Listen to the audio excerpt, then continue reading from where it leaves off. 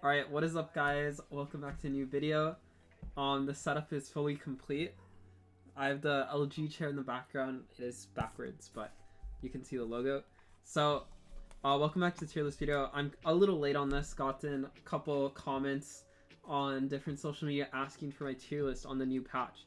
So it's pretty wild. Metagross got emergency buffed, and then it got emergency nerfed. So Pokemon Unite's definitely trying to be on top of patches more, which is good. Thankfully they didn't fumble too hard with Metagross, although it was really broken for a second there. I think it's the best Pokemon in the game when they buffed it, but they just nerfed it.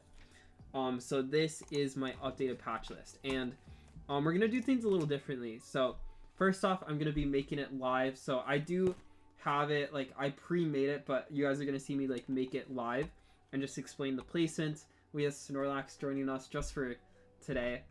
I got this in Japan, so it is really comfy. But without further ado, let's get into it. So patch 1.13.1.5, I believe, and the best Pokemon is still Umbreon.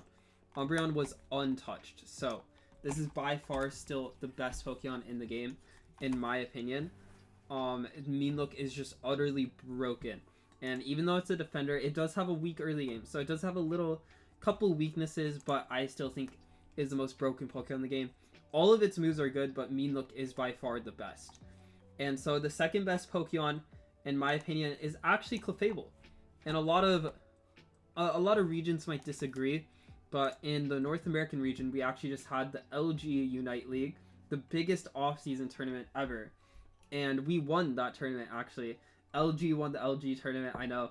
But it's not like the players put up money, so we still won money as players. We still tried our best. But anyways, in that tournament, Clef had the highest win rate out of any support by far. I think it was like a 70% win rate, maybe higher. And no other support was even close. So I think the statistics prove that in a competitive setting, Clef was the most broken. We ran it like every game. Every team was giving us Clef for some reason. So I think Clef is insanely broken. And next, I'm going to put Buzzwole. So actually, already, this is wild that Buzzwole is this high up. And let me explain. So, all the Pokemon at the top of the game have kind of been getting nerfed. So, because they've been getting nerfed, it has caused Pokemon that were already really good to become better. So because Buzzwole was already really good, but it was just overshadowed by better Pokemon.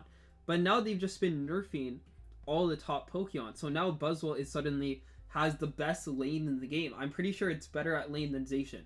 It's just the best top laner in the game. So it's the best early game pick you could pick top lane. It's the best mid game pick you could pick top lane. And it's the best late game pick. Because even if a Buzzwole is behind, it can perma CC combo you. And especially in pro play, every Buzzwole knows how to do it.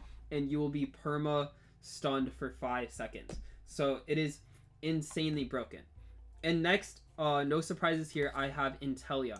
Inteleon got buffed, or not buffed. Inteleon just hasn't been touched, and it has been at the top of the meta for a long time. So in my opinion, Inteleon is just really, really broken.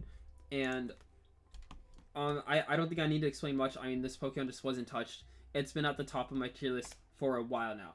Next, I have Glaceon. So the Glaceon buffs just made it so good. And now that it's been in the meta for a bit, all the Glaceon 1 tricks have gotten used to Glaceon again, and it looks hella broken. Both movesets really good, but Icy Spear especially is just so broken. Especially on just like objectives. Like this scene is insanely broken. In the ACL, you see Glaceon every game. So I definitely think it's a must pick. Now Leafeon, this one's a bit more controversial, maybe not to the solo queue players because they're like, yeah, Leafeon's broken. But in competitive, it doesn't have a very good win rate, actually. It's kind of suffering, but it doesn't change the fact that Leafeon is a free early game win if you play it correctly. It has an insane secure. It just one-shots squishies. Like, Leafeon still is really good in my opinion, even if the stats don't show it. I think Leafeon in this current meta is very easy to kind of mess up on. You have to play it really well, but if you play Leafeon perfectly, I think it is insanely good. My last pick for must pick is going to be Blastoise. And Blastoise got that buff to evolve at level 7. Just extremely good. Second best top laner in the game, in my opinion. And you can also play it Defender. It's just all of its moves are good. And there's multiple different movesets you can run. You can run Surf Hydro Pump. You can run Rapid Spin Water Spout. You can run Rapid Spin Hydro Pump. So it's really versatile in what it does. And Blastoise has just been top of the meta for a long time now. It hasn't changed. So all of these are must pick. In my opinion, if these are up in draft, you should probably grab them. Now, for top tier, I have Hoopa. So Hoopa didn't get any nerfs, but it has fallen a bit. And I just believe that Hoopa is different from other supports. It provides a lot of utility in where it can invade. It's really annoying. It's like really strong in a 1v1. Like Hoopa is one of the supports that can kill like an Inteleon or like a Leafeon 1v1. It obviously has the Hoopionite and Hyperspace portals that can move across the map. However, like Clefable is more of a pocket support. Like you help your team in the team fight. And Hoopa just in this current meta, I don't think helps with the map pressure enough to the point where it's better than Clefable. I think you don't need the map pressure from Hoopa, and a team with Clefable is just going to hard roll Hoopa teams in team fights, and there's nothing they can do. I think objectives are pretty strong in this current meta, and that's why Hoopa's fallen a bit. Don't get me wrong, still really good, and it still works. However, I just don't think it works as well as previous metas recently. So Dodrio got nerfed. However, Tri-Attack Jump Kick is now the moveset you want to go, and it is still extremely, extremely good. It does insane amounts of damage. You will clap Leafeon and Glaceons and Inteleons left and right with this moveset. So Dodrio is still in a really good spot, and I think it is the second best speedster in the game for now. Just because of what it's good into, I think it's really good. Next is surprising. It's actually Sylveon. So the Sylveon buffs were huge, and Sylveon just looks insanely broken. The funny thing is Sylveon was actually at the bottom of my list. So it went all the way from F tier to top tier, and just over, like, the buffs were huge, but they were like a couple buffs. And the reason behind that is when Sylveon's one of those characters where when it's actually good in the meta, it just becomes insanely broken because it is so annoying. Its movesets are so annoying that if it actually provides good value, it's so annoying to deal with, and it just becomes insanely good. And Sylveon just has really good early game. I think it actually destroys Leafeon and Glaceon throughout the game. Sylveon is actually like the counter. If you want to figure out how to beat Leafeon and Glaceon, I recommend picking Sylveon. It beats them early game 1v1, beats them mid game and late game. So Sylveon is in a really good spot right now. And next I have Trevenant. Trevenant is just so good. I have it as like the second best defender, pure defender pick, better than Slowbro. This thing just, it's the fact that it's the best Pokemon at 1v5ing in the game. If you need a Pokemon to stall for 30 seconds, and you want the best odds, 1v5, you are gonna pick Trevenant. There is no other Pokemon that can do it better. If you're in a 1v5 team fight around Rayquaza, you need to stall the team from ripping. You can solo carry as Tree. This Pokemon is so broken, and I really think it's starting to show. Next, I have Metagross. Now, this might be controversial. A lot of people might think Metagross should be higher up, should be lower down. Metagross is in a weird spot right now where I think Gyro Ball is the better move. I think Gyro Ball with the Magnet Rise is probably the better moveset. However, that moveset just doesn't do enough damage. So you're not quite tanky enough to live. So you don't tank enough damage to live a lot of the times. And you don't do enough damage to kill anyone. So it's in a really weird spot where it just doesn't do that well into the top of the meta Pokemon. I think Meteor Mash Zen Headbutt is actually slightly better. But that moveset takes a lot of skill, actually, to hit those Zen Headbutts. So once people master that more in Metagross, it might rise up. Because I actually think that moveset is still pretty decent in the meta. But, I mean, I still think it's top tier. I still think it's pretty good. So it's not like it's super fallen off or anything. Its biggest weakness is its early game. Its early game really gets destroyed. So next, Slowbro. No changes to Slowbro. I do have it below Tree just because I think the Slowbro actually isn't that impactful. There are so many Pokemon at the top of the meta right now with like just moves that don't require Silver Unite. Like Glaceon, just like Ice Skull Spear, you don't need a Silver Unite. You just Ice Skull Spear the enemy, do 80% of their health. It's not like you need a Silver Unite for that. Leafeon Solar Blade, like you should be able to hit it most of the time, right? So Silver Unite is still useful with like Intel Snipe Shot. It's still good, don't get me wrong, it's top tier, but that is why it's fallen down a little in my opinion. So next I have Venusaur. Venusaur is still very solid, very good flex pick. It is still really good, don't get me wrong. It's still top tier, but I do think these other Pokemon are better. Both movesets still really good. I think Petal Dance is actually being played a lot more in this current meta, but Solar Beam is still pretty decent. Next I have Meowscarada. So this might be surprising to a lot of people, but I think Meowscarada is actually really good in competitive. Not the Trailblaze Night Slash. It's actually Flower Trick with Double Team. And if you don't believe me, Overlord had 100% win rate on Meowscarada, I believe, in the tournament. And he was clapping everyone with it. So I think this scene is actually potentially the best speedster if there's other speedsters in the game. So Meowscarada will beat every single speedster in a 1v1. Not even close if you play it well. So that's what I think is broken about Meowscarada. It's really good in the squishies while also beating speedsters. So a lot of like top teams right now, they're picking like Leafeon with like Intel. It's like really annoying. They have a speedster running around the map as well as a late game hyper carry, and Meowscarada can deal with both. It fills that niche of countering those certain comps. So that's why I think it is really good in my opinion. Next I have Zoroark, and Zoroark is still really good. It's still a good counter pick to certain Pokemon.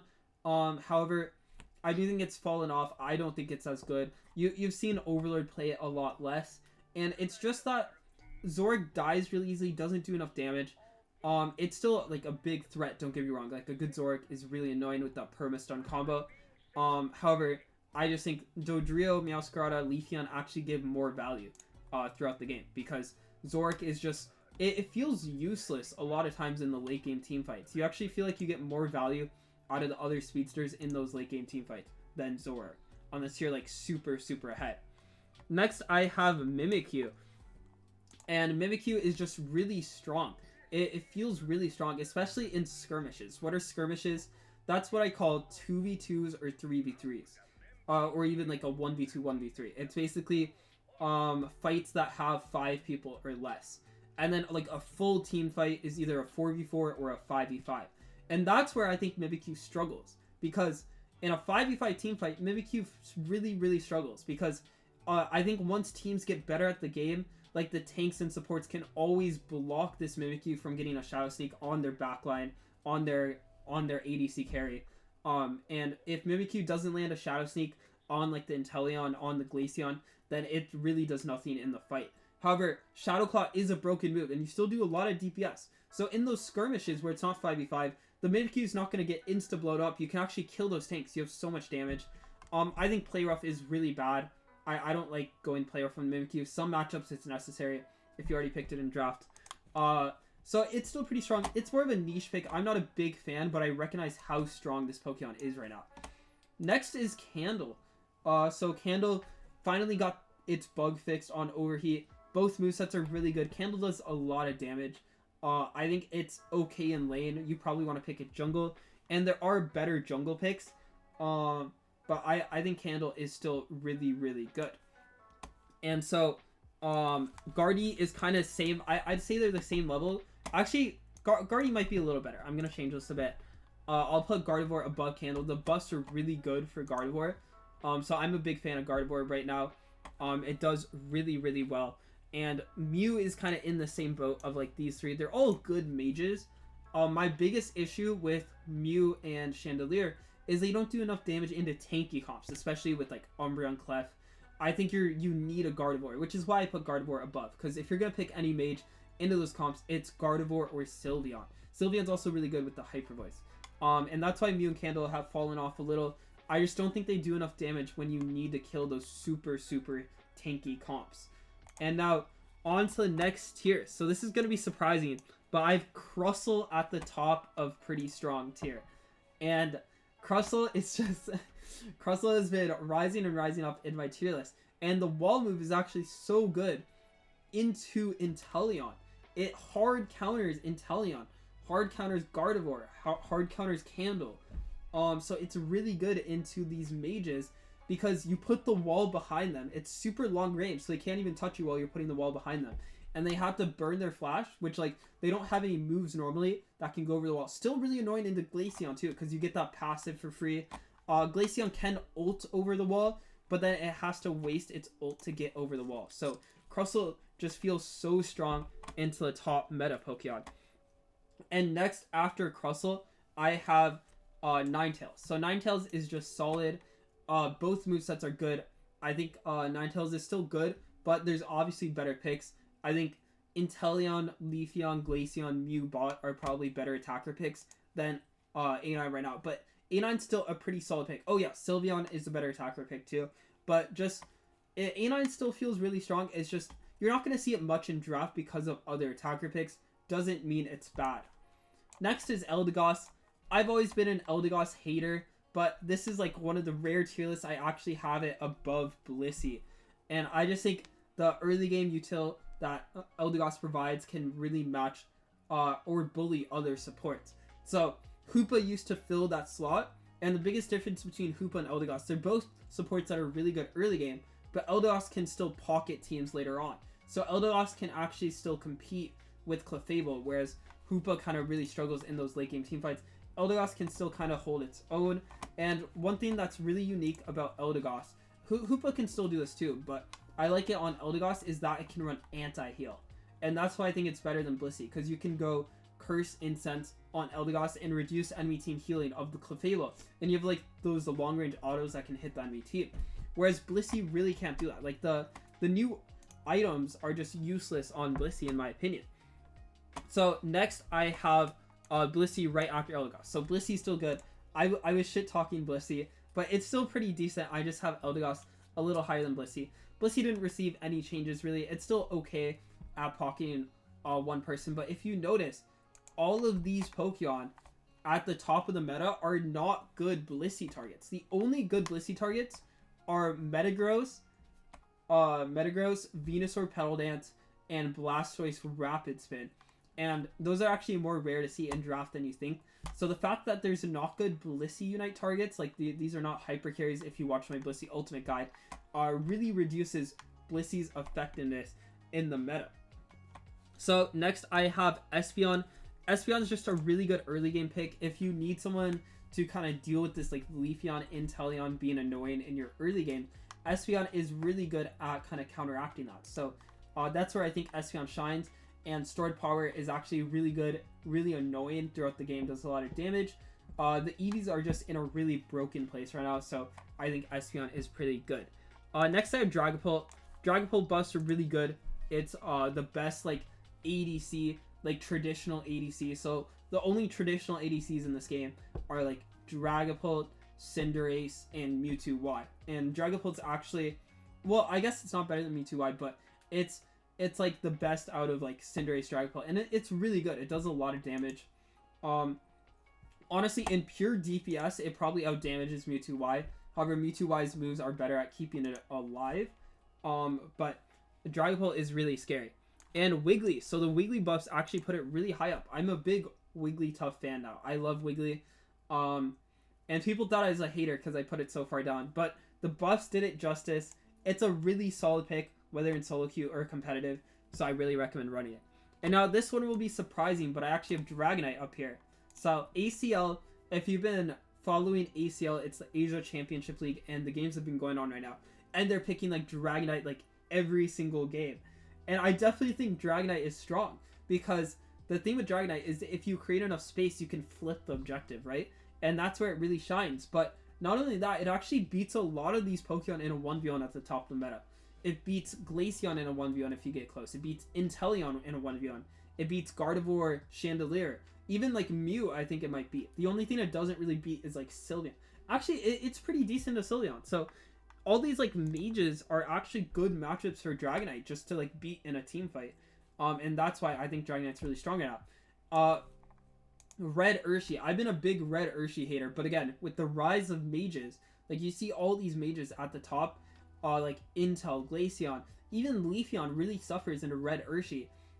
because Red Urshi Unite is just a free kill on them. So I think this rise of less pocketing, like we didn't go like a pocket overlord comp every game. We went Clefable team fight, and Red Urshi really shines in that because you can take out one of the mages in the backline really easily with it. So I think Red Urshifu really shines in this current meta. And now I have Comfy here. So the reason Comfy has fallen so far, it wasn't really touched, but the issue was that there's not really a good Comfy pocket. Contrary to what many people believe, Leafeon is not a good Comfy pocket. I actually do not like it. Mimikyu is not a good Comfy pocket. I don't think it's a good Comfy pocket. Who is a good Comfy pocket that's really high up is Dodrio. But that's the only one. Like, okay, Zoroark too. But I think Zoroark actually is not that good with Comfy nowadays. You might as well just play Zoroark with like a Hoopa or something, and you're not like hard carrying Zoroark Comfy these days. So it's only really good on Dodrio for being really annoying. But I think Dodrio Comfy still really struggles in that late game team fight, especially into like Clefable Umbreon. Like, you really can't do anything, and so that's why Comfy has fallen off. Just like the days of Comfy's Pocket Speedster, I think, are not good. Like, the speedsters are not good enough in this meta to threaten that. Really, like, speedsters are more used to like get you ahead before Rayquaza and get that point lead now, and they're not used to like carry the fight. Like, speedsters rarely carry like the Rayquaza team fights now. You have to look for an angle for a flank to kill the mage, and you can like carry a fight by killing the mage in the backline, but your other carries, like your mage and like your jungler, are probably gonna kill the enemy team versus the actual speedster doing it. So next I have Lucario. So in ACL, actually, there has been a comp of score comp. So it's like they run like no defender with Lucario EXP share even. I was watching Team MYS. I'm good friends with their defender player, and his name is Ice, and he was actually running Lucario EXP share, so that was fun to watch. But even outside of that, Lucario is just a solid pick in top lane. It's like the second best top laner after Buzzwole. So again, that early game is kind of important, and the fact that Lucario is the second best top laner in the game, early game, it helps you get that lead, is really important. So next I have Goodra. I'm sure like the solo queue demons think Goodra is so insanely broken. It's okay. It's not that good in competitive. It's still a solid pick. But obviously there's better options. It's just really tanky, heals a lot, but it just doesn't do enough damage. It gets kited really easily, especially against good players, which is why I have it this low. Next, I have Blaziken. So Blaziken is like one of the few hyper carry like Comfy targets or even Blissey targets, and it's really good at like kind of carrying. The issue I have with Blaziken is it just doesn't carry hard enough. Like, it has a lot of movement, but it's not like a speedster. So, does a lot of damage, but it can get kited really easily, and it still won't hard carry the team fight like you want it to. So, it's still good. Blaziken's in a really good spot. I think you'll see it in quite a few drafts. However, I'm not a fan of like, it's kind of a play style you have to do that I think is not good. Next, I have Gyarados, and this is a prediction. This is just a wild prediction. Like, trust me, when a new Pokemon is coming out, it's really hard to predict how good it will actually be. But I always try to predict it for fun. So I wasn't able to quite get it right on some instances, but I think I did predict some certain Pokemon, but I've not been that accurate. So take this with a grain of salt. But I think Gyarados will be around here. It could be like super strong, although I doubt it, or it could be really bad. My guess is I'll either be accurate with this and it'll be around this, or it'll be like extremely bad, one of the worst Pokemon in the game. It's really hard to tell. Gyarados is like really gimmicky with like Magikarp being a really weak early game, and you have to like try to get to Gyarados as fast as possible.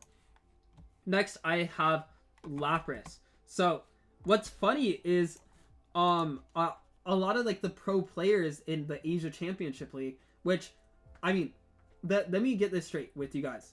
Asia is really good, which is why I've been referencing them a lot. Like, yes, NA has won Worlds twice, but this last Worlds in 2023, we were the only Western team besides Baby Mazu, which was Brazil. But like, we're the only NA team, only NA and EU team. Like, only one team from NA and EU made it to top 8, and that was us. No other teams made it. And NA actually got last place as well as first place. TTV got last place at Worlds. And Asia was like the rest of the top 8 besides Brazil. So there was Korea, there was APAC, and just all these regions are really good. So do not sleep on the Asian League. These players know what they're talking about. And what I found funny was that Lapras was played a lot in the Asia Championship Leagues. But they actually discovered during their tournament that was really bad because a lot of these players post their tier list, and after playing Lapras, you saw a lot of Lapras at the start, and then it just started to fall off. You didn't see like any Lapras near the end of the tournament, and a lot of the players put it like really far down in their tier list. So I just found that funny that they figured out that Lapras was bad. That's something we've my team has kind of figured out for a while now in North America. So next I have Decidueye in pretty strong. So Decidueye is in a pretty decent spot. Again, Decidueye always struggles with teams kind of like being able to dive it really easily. Meowscarada is just another new Pokemon that can kill it really easily. But its snipes are really annoying, especially when it gets ahead. So I think it's in a pretty good spot now. Again, it's like the niche of like sniping. We've had teams go like double snipers against us in Scrim with Inteleon, Snipe Shot, and Decidueye. And it's definitely really annoying. But is it like top tier? No, it's pretty strong. Like, it's annoying and it'll catch some teams off guard, but it is not that good. So next is mid, and I'm just gonna rapid fire these. I have Snorlax, I have Scizor. So I have Scizor pretty far up, and that's just because Scizor, I've been a Scizor hater, but it's actually pretty decent into the meta because it's tanky enough to tank like these mages and still kill them. It still does a lot of damage and kills them. It can 1v1 a lot of the speedsters. And the issue with like Scyther is that it dies like instantly. Like, it just gets touched a little. Like, one Glaceon Icy Spear like one-shots it. And that's why I have Scizor above Scyther. I have Pikachu here. So Pikachu's fallen down a bit. I just don't think it does enough damage. We have Aegislash. Those of you that watch this in the tournament, Overlord play Aegislash a lot. And these picks in mid tier, I'm gonna have Talonflame next if I can find it. They're still good, don't get me wrong. So you can play these. Like, there's certain comps that they might actually be the best option in. However, like these top of the meta Pokemon, you're gonna see way more often. But these Pokemon, a lot of them are hard. They take a lot of skill. Besides Pikachu, Pikachu doesn't take much skill. So they're harder Pokemon that if you have mastered them, they might even be the best option in certain comps in draft. However, I just don't think they're strong enough. Like, you'll see them once in a while. They'll be decent, okay-ish picks. But I just don't think they're like that extremely good. But they're still good. You can make them work in competitive. So that's kind of what this mid tier is. Like, they're just mid. They're not good. They're not bad. They're just mid. I actually forgot to put Delphox. Delphox is right here and pretty strong. I think that's self-explanatory. Delphox just has a niche of being the best, like, kind of anti-healer in the game. Really good pad pusher. But I don't think it's in the best spot right now. It's early game. It's not that good. So I have it done there.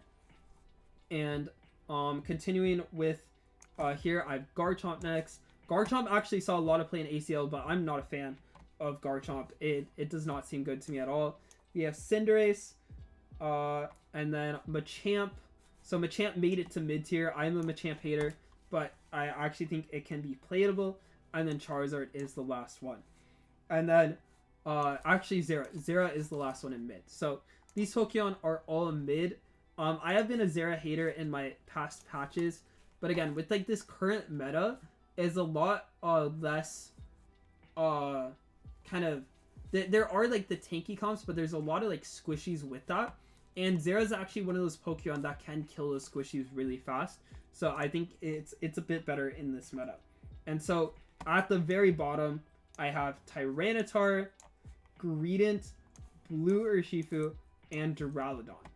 And of course, these Pokemon are banned. So I didn't rate them. Because you don't really need to know. But this is my tier list. Hope you guys enjoyed. I'll turn off my face cam so you can get like a nice picture of it if you want. And I will catch you guys in the next video.